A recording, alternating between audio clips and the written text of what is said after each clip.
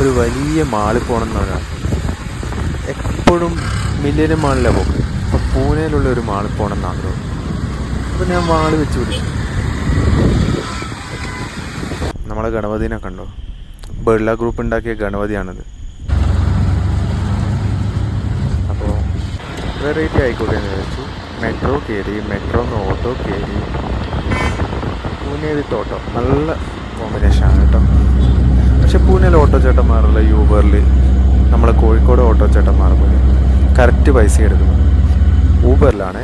ഇനിയിപ്പോൾ നോർമലി കയറിയിട്ടാകുമ്പം ഭാഷ അറിയാതുകൊണ്ട് നമ്മളെ പറ്റിക്കുമോ എന്നുള്ളത് എനിക്കറിയില്ല. അങ്ങനെ ഫോണിക്സ് മാളിലേക്ക് ഞാൻ എത്തിയിരിക്കുകയാണ്.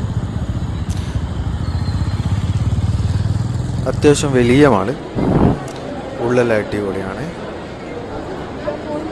നല്ല ആൾക്കൂട്ടുണ്ട് കേട്ടോ. അത്യാവശ്യം റഷായിട്ടുള്ളൊരു മാള്. സൺഡേ ആയതുകൊണ്ടെന്നറിയില്ല, നോർമൽ ഡേയ്സ് എങ്ങനെയാണെന്നറിയില്ല. മെയിൻ ഉദ്ദേശ ലക്ഷ്യം ഇതിൻ്റെ തിയേറ്റർ ഒന്ന് വിസിറ്റ് ചെയ്യുക.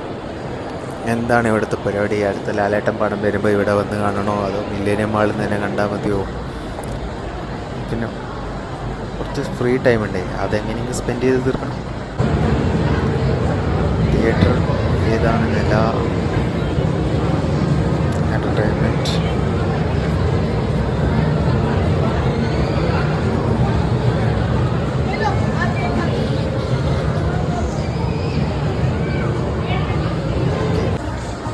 ഫിഫ്ത്ത് ഫ്ലോറിലാണ് തിയേറ്റർ.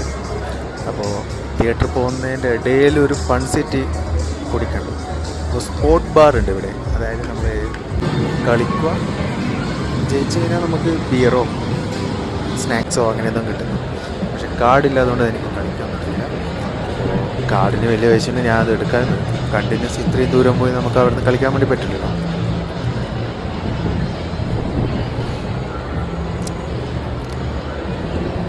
അത്യാവശ്യം വലിയൊരു മാള്. പിന്നെ നിങ്ങളും ഒന്ന് കണ്ടോക്ക്.